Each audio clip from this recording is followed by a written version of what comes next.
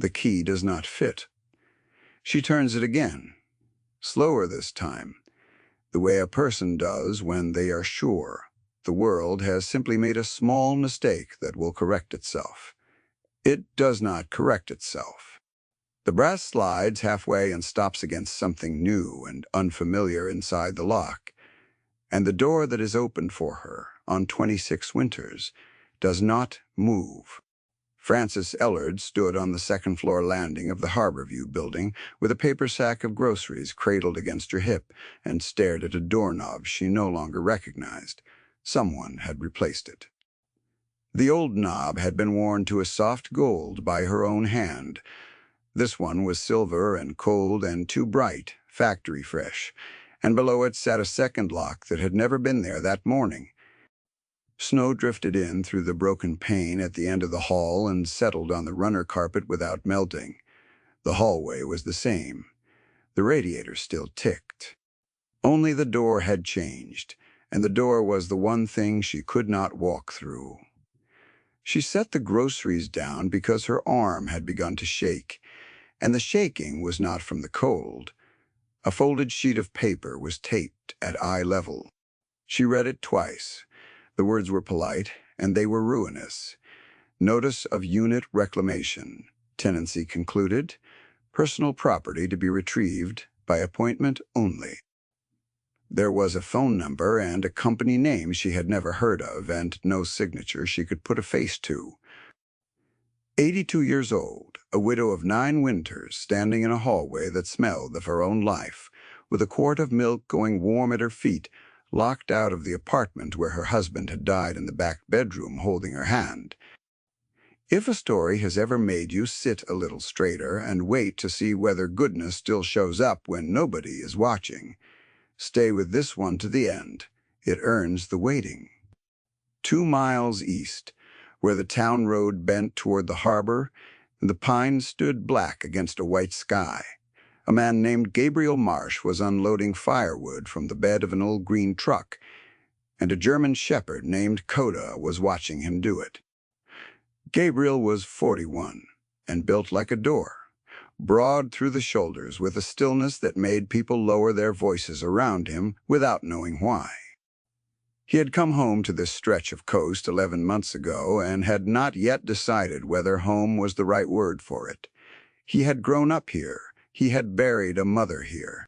He had left at 18 in a uniform and spent the better part of 2 decades in places he did not talk about, and the eyes he came back with never truly stopped scanning rooms, roads, exits, and people.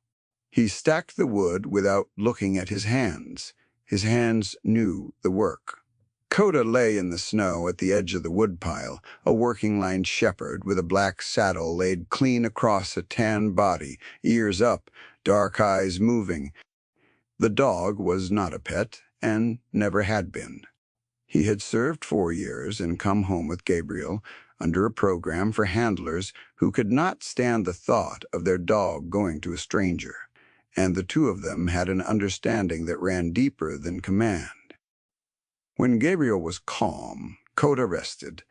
When something in the air shifted, the dog moved first, and Gabriel had learned to trust that more than his own ears. Coda lifted his head. He came to his feet, without a sound, and faced the road, ears pitched forward, body gone still and forward-leaning. A small blue car was climbing the hill toward the cabin, going too slow, the way a car goes when the driver is reading mailboxes. Gabriel set down the last split of wood and waited. The dog rarely stood like that without reason. The car stopped at the foot of the drive. A young woman got out, hatless in the cold, her dark hair whipping loose, and she half ran the last few yards with her arms wrapped around herself. She was maybe 30 in a thin coat that was no match for the wind off the water, and her eyes were red-rimmed and frightened. "Are you Gabriel Marsh?" she said. It was not really a question. The man at the hardware store said you helped the Pruitts when the bank came for their barn. He said if anybody could help, it would be you. She stopped, breath ragged. It's my grandmother. They locked her out of her apartment. They changed the locks while she was at the doctor, and they put a paper on the door, and she has nowhere to go, and she is 82 years old, and I don't know what to do." Gabriel did not answer right away. Coda had crossed the snow and stood now beside the woman, not threatening, simply present, his shoulder against her knee. The dog did that with people who were close to breaking. Gabriel had stopped being surprised by it. "What's your name?" he said. "Wren," she said. "Wren Calloway. My grandmother is Frances Ellard. She has lived in that building since before I was born." That name, Harborview, he knew. Everybody in town knew it. A square brick walk-up near the old cannery, 4 units, the kind of building that had quietly kept roofs over the heads of fixed-income people for 50 years. He had not known, had changed hands. "Get in the truck," he said. "Both of you, Coda, load up." The dog was in the truck bed before the words were finished. The drive into town was quiet. Wren talked in pieces, the way frightened people do, and Gabriel led her, watching the road. Her grandmother had called her an hour ago from a payphone outside the pharmacy, the only working payphone left in the county, because her cell phone was inside the locked apartment, along with her medication, her late husband's photographs, and a small carved wooden bird her husband had made for her the year they married. The new owner had bought the building in the fall. A man named Dennis Thorne, who ran a property company 2 towns over, who had sent letters none of them fully understood, who had raised the rent twice, and then, when Frances could not pay the second raise out of a Social Security check, had simply changed the locks one Tuesday morning and called it reclamation. "That's not how it works," Gabriel said. It was the most he had said the whole drive. "He says it is. He says she's a holdover." He used that word. He said she has no lease. Something settled in Gabriel's chest, cold and certain. "Does she have a lease?" Wren looked at her hands. "I don't know. She had papers. She kept everything. It is all locked inside." Outside the truck window, snow continued falling over the town, soft and indifferent, blanketing the harbor and the gray streets and the brick face of a building where an old woman waited on a landing. Inside the truck, 3 strangers were becoming something else. The dog watched the road over Gabriel's shoulder, having decided something already. Gabriel did not yet know what it was, only that he had learned to trust the dog. They found Frances where her granddaughter had left her, sitting on the bottom step of the Harborview stairwell with her hands folded in her lap and her spine straight as a fence post, refusing the indignity of looking defeated, even though she had every reason to. She had wrapped herself in a stranger's spare blanket. The groceries sat beside her, the milk already soured by the radiator heat. When she saw Wren, she did not cry. She straightened further, which Gabriel would come to learn was her way, and said, "You should not have driven in this weather." Then she saw the man and the dog behind her granddaughter, and her eyes went first to Coda, and something in her face eased by a fraction. "My husband had a shepherd," Frances said during the Korean years. "He always said a good dog tells you the truth about a man before the man opens his mouth." She looked up at Gabriel. "What does this one say about you?" Coda walked to her, sat, and leaned the whole weight of his shoulder against her shin, the way he had leaned on Wren in the snow. He let out a long breath through his nose and did not move. "He says I should help you," Gabriel said, "if you'll let me." For a long moment the old woman studied him with eyes that had seen 9 decades of men making promises. Then she nodded, once the way a person nods when they have decided to spend the last of their trust on a stranger because there is nothing left to lose. "My name is Frances," she said. "Sit down, young man." You are too tall to talk to from down here." He crouched, which put him at her level, and the dog stayed leaned against her leg, and in the cold stairwell of a building that no longer wanted her, the old woman began to tell him what had happened. Gabriel listened, the way he had been trained, not for the feelings, but for the facts, the dates, the dollar figures, the names. Combat had never bothered him the way this did. Watching someone quietly lose everything they had earned over a lifetime, slow and legal and polite, felt worse somehow than anything loud. Frances had moved into Unit 4 of the Harborview in the autumn of 2000, she and her husband Harold, when Harold's lungs gave out on the fishing boats and they needed a ground-floor world. They had signed a lease with the old owner, a man named Sutton, who had since passed, and they had paid every month for 26 years, in cash for the first decade, and then by money order, never once late. When Harold died in the back bedroom, Frances had stayed because leaving would have meant leaving him, and the old owner had told her in writing that she could remain as long as she lived for the same terms. She remembered the letter. She did not remember where it was. Everything was inside. And the new man, Gabriel said. "Thorne, when did he come?" "September." Her hands tightened in her lap. "He raised the rent in October. I paid it.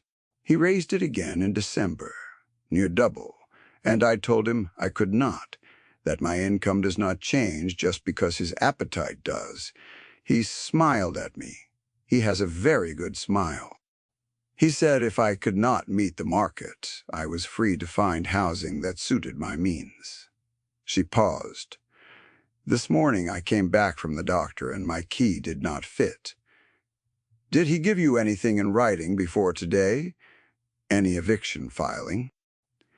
Any court date?" "No. Only the letters about the rent and the paper on the door." Gabriel stood.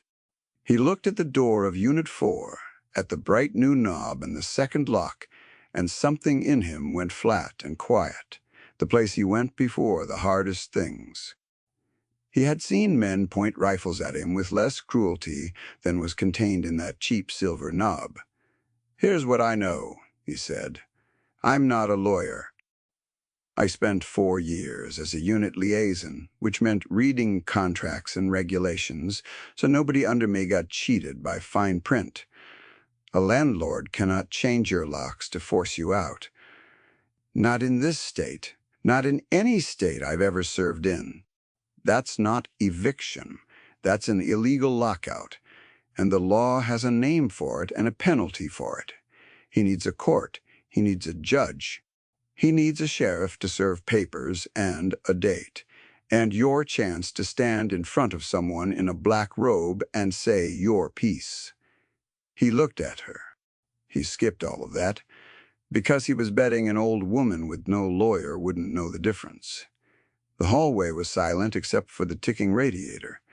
Wren had her hand over her mouth. Frances sat very still. "He bet wrong," Gabriel said. That answer stayed in the old woman's eyes longer than Gabriel expected. She did not smile. She sat up straighter, if that was even possible, and she said, "Then what do we do, young man?" "First," he said, "we get you warm and fed and somewhere safe for tonight, because nothing gets fixed by a person who is freezing. Then tomorrow we find your lease. My lease is inside that apartment." "I know," Gabriel said, "but a lease is signed in 2 copies. One for you, one for the landlord. If yours is locked inside, then somewhere in Dennis Thorne's office is the other one. And a man like that keeps his paper. They just don't expect anybody to ask for it." The dog rose, shook the cold out of his coat, and stood facing the door of Unit 4 with his ears forward and a low sound starting in his chest. Not quite a growl, more like a promise. Gabriel put a hand on the dog's head. "Not yet," he said. "Soon." He took Frances home that night, To the cabin on the hill because there was nowhere else, and Wren's apartment in the city was 3 hours off down bad roads. Frances protested the whole way and surrendered the moment she saw the wood stove. Gabriel gave her the only bedroom and slept in the chair by the fire with the dog at his feet, and somewhere past midnight he heard the old woman crying very quietly behind the closed door, the way a proud person cries when they think no one can hear. He did not go to her because some grief is a private country, and a stranger has no passport. Coda rose instead, crossed the room, and lay down outside her door, and in the morning Frances opened it to find a dog, asleep across her threshold, like a sentry, and she stood there a long time before she stepped over him. Morning came gray and hard. Gabriel made coffee and eggs and sat the two women down at his table, and he laid out the truth of it plainly because false comfort was its own kind of cruelty. "This is going to take longer than a day," he said, "and it is going to feel worse before it feels better. Thorne is not going to hand us anything. He's going to make this expensive and slow and humiliating because that's the whole strategy. They wait for people to give up. Most people give up." He set down his cup. "We are not going to be most people." Frances wrapped both hands around her coffee mug. "I do not have money for a lawyer." "You won't need one yet," Gabriel said. "The first thing we do is free, and it's the thing that scares men like Thorne most. We make a record. Everything he did wrong, written down, photographed, witnessed, the lockout, the lack of a court order, the dates, the rent letters. We build it the way you'd build a case for a board of inquiry, piece by piece, until the only way out for him is to do the right thing voluntarily, because the alternative costs him more." He looked at her. "And while we do that, we go and we get your lease." The town did not stay out of it. That was the thing Gabriel had forgotten about small places in his years away, the way they could be small in the good sense, the way trouble at one door became trouble at all of them, if the right people heard. By the second day, the man who ran the hardware store had heard, and the woman who delivered the mail, and the retired postmaster who played chess at the diner, who had known Harold Ellard for 40 years, and had pallbearers' hands that still remembered the weight of the casket. They came to the cabin one at a time and then in pairs, stamping snow off their boots. And they did not make speeches. They brought things. A casserole, a space heater, a folding cot so Gabriel could stop sleeping in the chair. A man named Otis, who had spent 30 years as a county clerk before his knees retired, him brought a yellow legal pad and a box of old forms and said, "I filed every kind of paper this county has. You tell me what we're building, and I'll tell you which window to take it to." A woman named Delphine, who cut hair 2 doors down from the harbor view, brought the names of the other 3 tenants, 2 of whom had already been pushed out the same way over the fall and had simply left because they did not know they could fight. That was the first real crack in Dennis Thorne's wall, and nobody planned it. Delphine mentioned, almost in passing, scissors still in her apron, that the family in Unit 2 had been locked out in November and had taken a settlement to leave quiet, a few $100s and a moving truck and a paper they signed without reading. They were so scared, Delphine said. He told them the same thing. Hold over no lease. Find something that suits your means. Gabriel set down his coffee very slowly. He's done this before. He's done it 3 times in 3 months, Delphine said. In that building alone. A pattern. Gabriel had spent a career learning that one wrong thing might be a mistake, but the same wrong thing done 3 times was a method, and a method left a trail, and a trail could be followed all the way back to the man who walked it. He took the legal pad from Otis and began to write. They went to the county office the next morning, Gabriel and Otis and Wren, while Frances stayed at the cabin with the dog, because the cold was no friend to her lungs, and someone had to be guarded, and Coda had appointed himself that someone. Otis knew which counter to stand at and which clerk to ask for, and within an hour they had the deed transfer showing Thorne Property Holdings had bought the Harborview in September.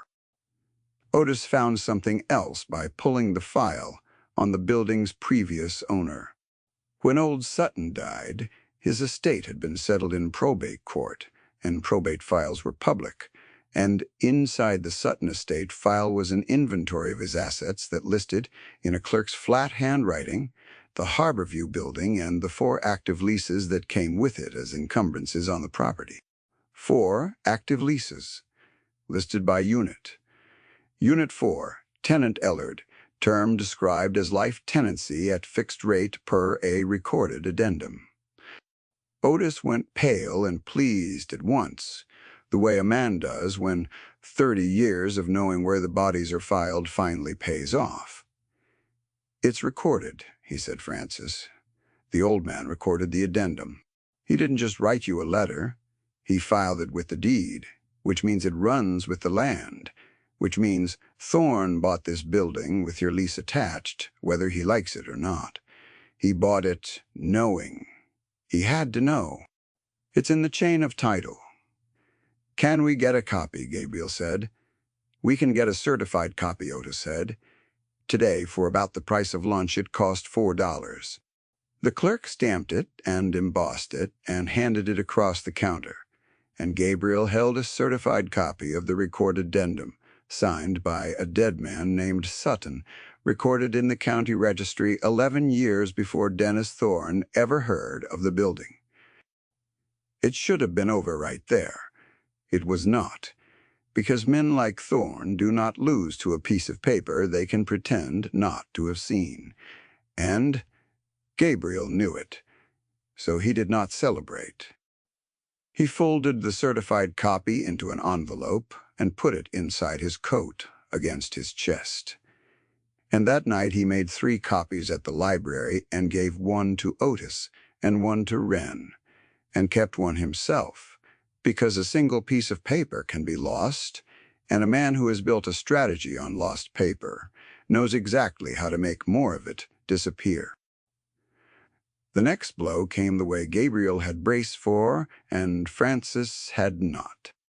A man arrived at the cabin 2 days later. Not Thorne himself, but a younger man in a clean overcoat with a leather folder, who introduced himself as representing Thorne Property Holdings, and spoke in the overpolished, complete sentences of a person reading from a script he had read many times. He had come, he said, in a spirit of resolution. Mr. Thorne wished to put this unfortunate misunderstanding behind everyone, and was prepared to offer Mrs.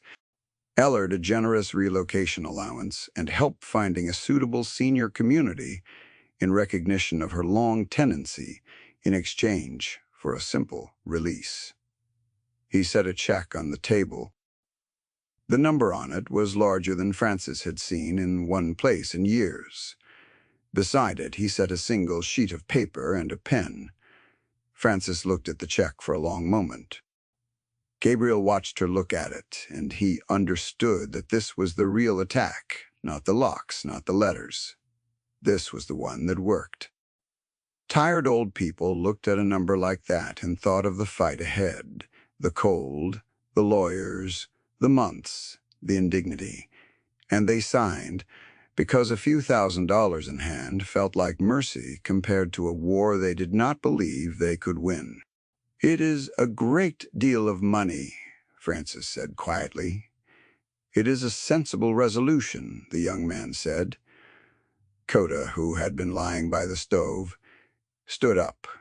He did not growl.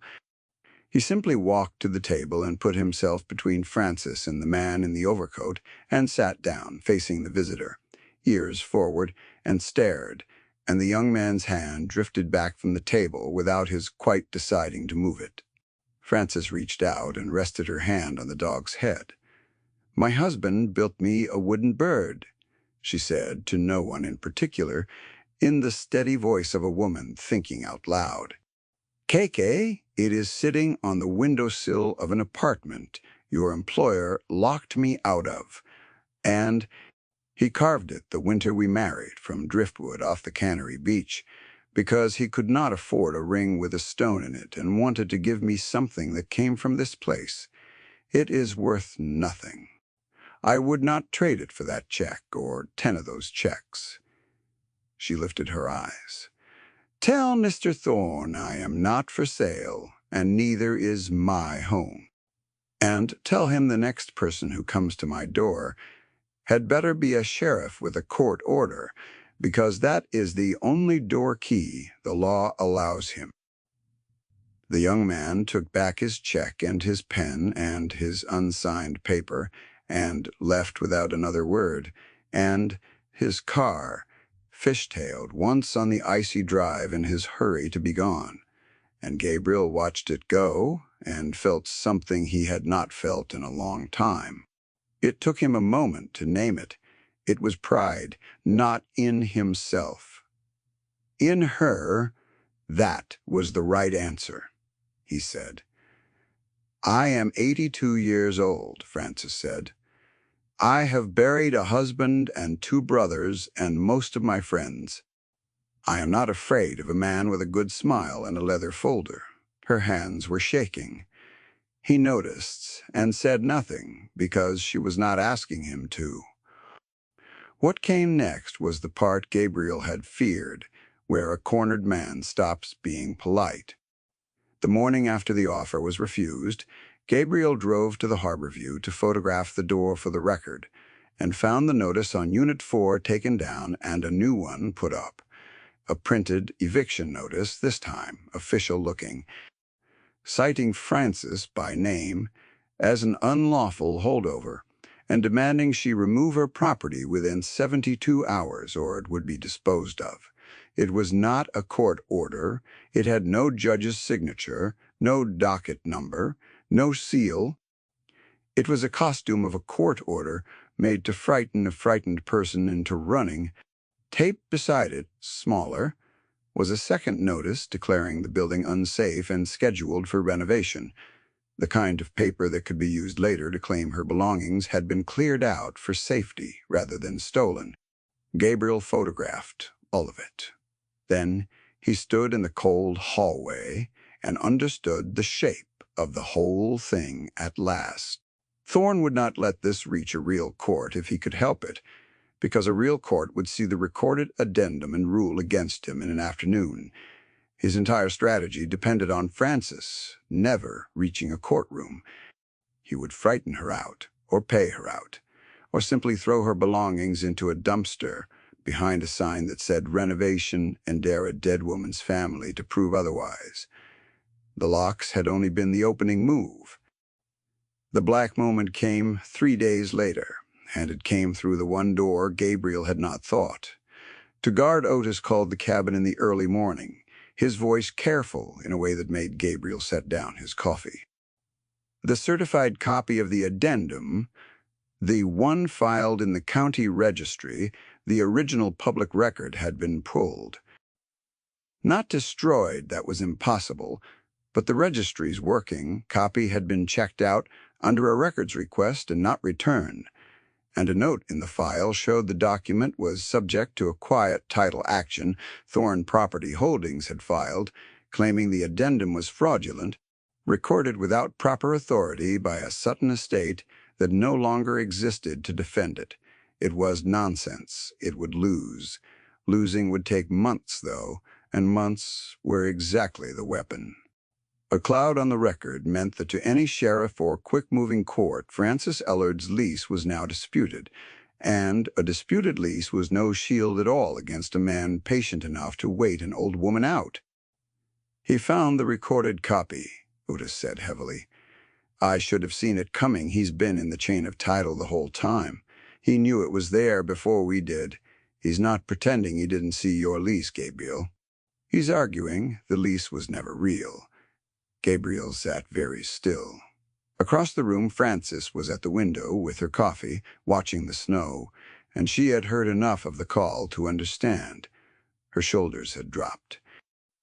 For the first time since the stairwell, she looked her age. "I am tired," she said. Not turning around, "I think I would like to go to a home for old people after all. They have heat there, and no one changes the locks." She said it lightly, the way people say the worst things, and it landed in the room like a stone through ice. Gabriel did not answer right away. "In." He looked at the certified copies on his own table. His copy, Wren's copy, the third in the envelope against his chest. 3 copies of a document that the county itself now treated as in doubt. Paper against paper. And a thought came to him, slow and clear, the way the right move in a hard situation sometimes arrives only after you have stopped reaching for it. The fight could not be won in a registry.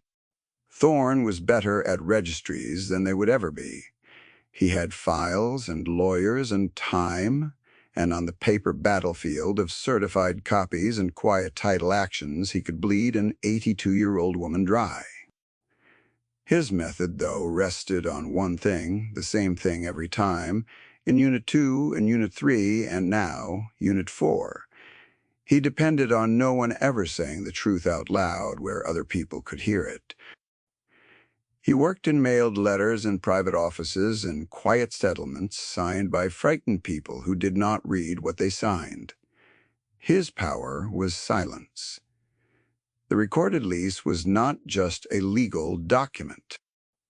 It was a public record, which meant it belonged to everyone, which meant it could be read aloud. "You're not going to a home," Gabriel said, "not unless you decide you want one for a good reason. Not because a man scared you out of yours." He stood. He spent 3 months making sure no one ever reads this lease in front of a crowd. "So that is exactly what we are going to do." He explained it to her then plainly.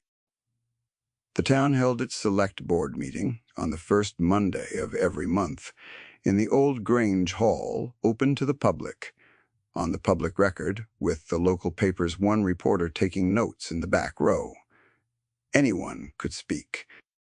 Thorne could file 100 quiet title actions in a registry where no one would ever look, but he could not stop a man from standing up in a public meeting and reading, word for word, a recorded document the county clerk would happily certify, while the building's other evicted tenants sat in the front row and the reporter wrote it down, and 40 of his future neighbors and customers listened to exactly what kind of man had moved to their town.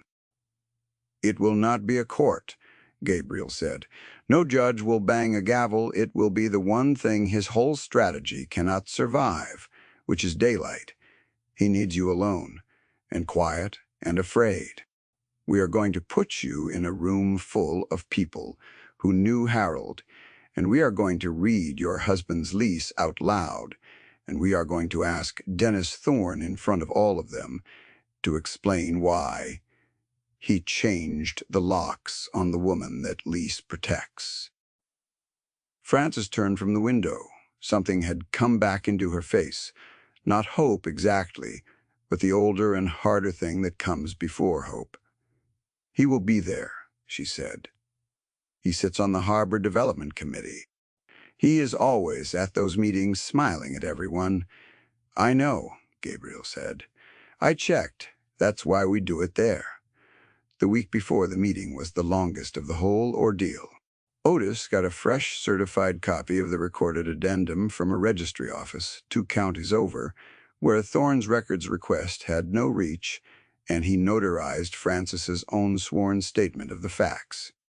Wren tracked down the family from Unit 2, the ones who had taken the settlement, and after 2 long phone calls and 1 drive in the snow, they agreed to come and sit in the front row, not to speak, only to be seen, because being seen was its own kind of testimony.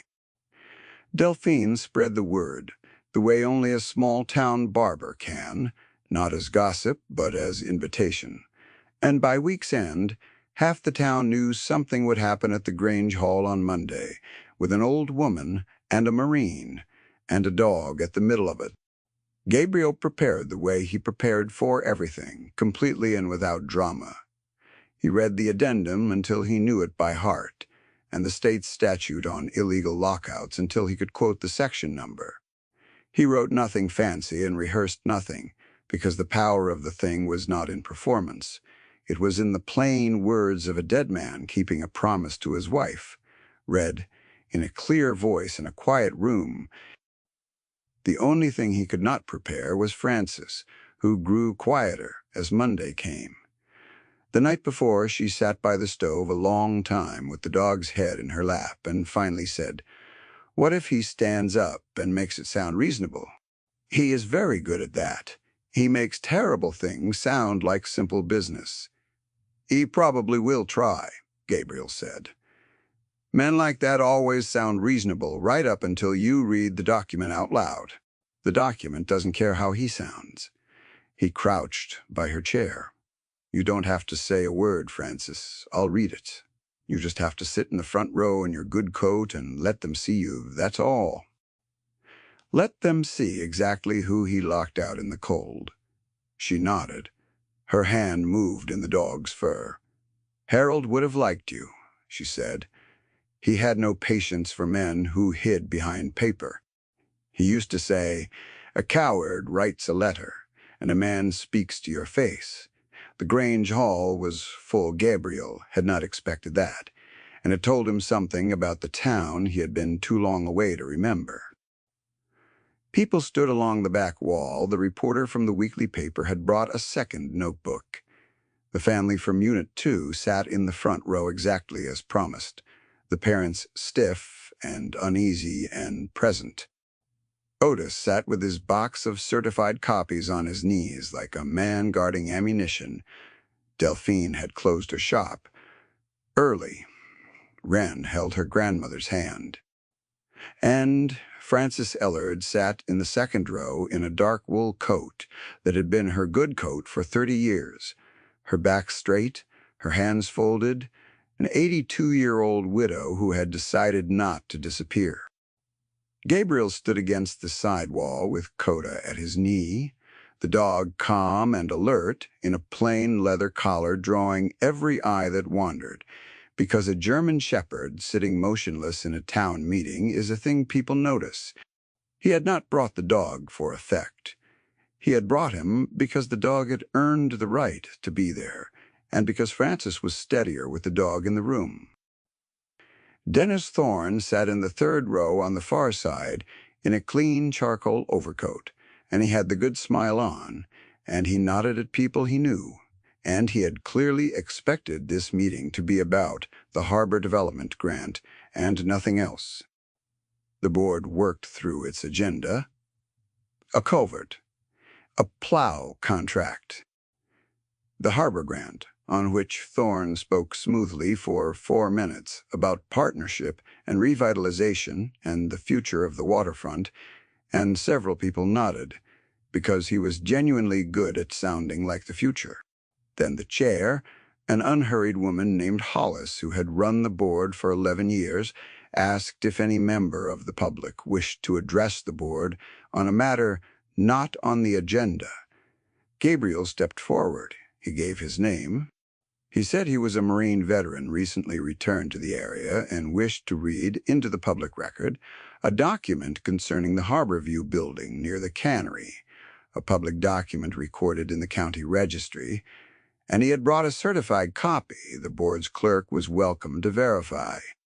He set it on the table in front of the chair, and Hollis looked at the county embossment and the registry stamp and said mildly, "It appears in order.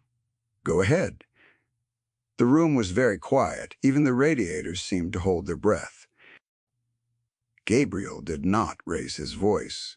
He read the addendum slowly and plainly, every word, the legal recitals and the plain heart of it both, the part where the late owner of the Harborview building of his own free will and for value received over 20 years of faithful tenancy, granted to Frances Ellard and her late husband Harold, the right to occupy Unit 4 for the remainder of their natural lives at their original monthly rate. This covenant, to run with the land and bind all future owners, recorded this day in the county registry of deeds. He read the date, he read the book and page number where it was recorded. He read the dead man's name where it was signed. Then he set the paper down and looked at the board and at the town, and he said, in the same plain voice, that on a Tuesday in February, an 82-year-old widow had come home from the doctor to find that the new owner of the Harborview had changed the locks on the door this document protected, without a single day in front of anyone in a black robe, and had taped a notice to the door, telling her that her home of 26 years was no longer hers. He said the state had a name for that, and a statute number, and he read the statute number too. He said it was not eviction. He said it was a lockout, and the law called it illegal, and it carried penalties for the person who did it. He did not say Thorne's name with any heat. He did not need to. He said only that the man who had changed those locks was sitting in the third row, that he had bought the Harborview in September with this recorded lease already attached to the deed, that he had locked out the family in Unit 2 in November and the tenant in Unit 3 in December the same way, and that the only thing standing between him and continuing the practice was whether the people of this town decided to keep letting it happen quietly or not. Then Gabriel folded the certified copy, picked up his envelope, and stepped back to the wall and put his hand on the dog's head, and said nothing more. The silence afterward was not empty. It was full. It was the particular way to 40 people understanding something all at once. Dennis Thorne stood. The smile was working hard now. He spoke in his overpolished sentences about complex tenancy law, about disputed documents, about a quiet title action currently pending that called the very authenticity of this so-called addendum into serious question, about how it would be irresponsible for anyone to rush to judgment on a private legal matter best resolved in the proper forum, which was a court, not a Grange Hall. He was good. He was very good. For perhaps 30 seconds the room wavered, the way a room does when a confident man pours reasonable-sounding water on a fire. It was Otis who stood up, slow on his bad knees, holding a single sheet. "I clerked this county for 30 years, Otis said. "I pulled the Sutton probate file myself, last week at the public counter, where anybody, including Mr. Dead. Thorne could have pulled it any day these past 9 months. The Harborview lease and its addendum are listed right there in the estate inventory as a recorded encumbrance on the building. A probate judge accepted that inventory in 2015. So, when Mr. Thorne tells you this lease might not be real, he is telling you that a probate judge, a county registrar, and the dead man's own estate were all wrong, and only he is right. And the proof of his being right is a lawsuit he himself filed 3 weeks ago after this Marine started asking questions." Otis looked around the room. "I have filed other people's papers my whole life. I know what a man's paper looks like when he is telling the truth, and I know what it looks like when he is buying time. This is the second kind." The family from Unit 2 did not say a word. They did not have to. The mother simply nodded, once in front of everyone, and that small motion was worth more than any speech. Hollis, the chair, looked at Dennis Thorne for a long moment. She was not a judge. She had no gavel that meant anything.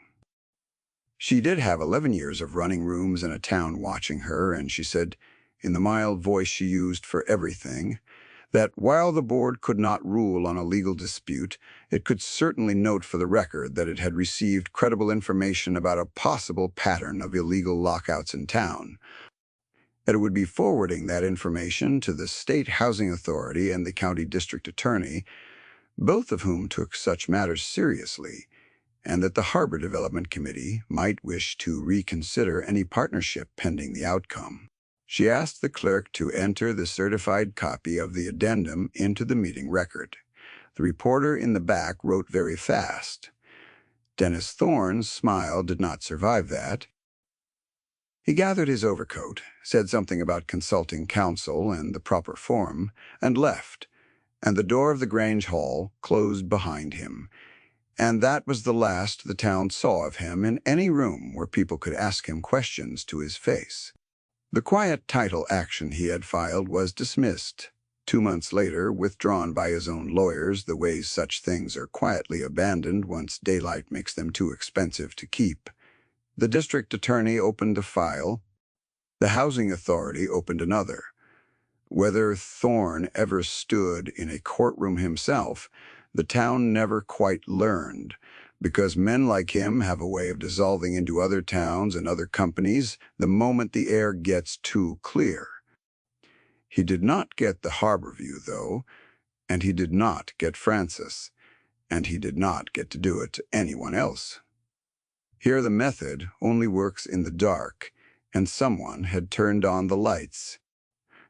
The locks were changed back 4 days after the meeting, this time by a locksmith from town, who refused payment, and a young man from the hardware store who carried Francis's groceries up the stairs and would not let her lift the milk.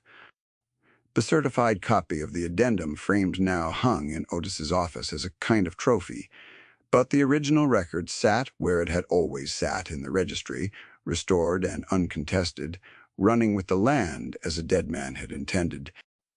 Francis went home on a gray afternoon at the very end of winter, with the first soft edge of spring loosening the ice along the harbor.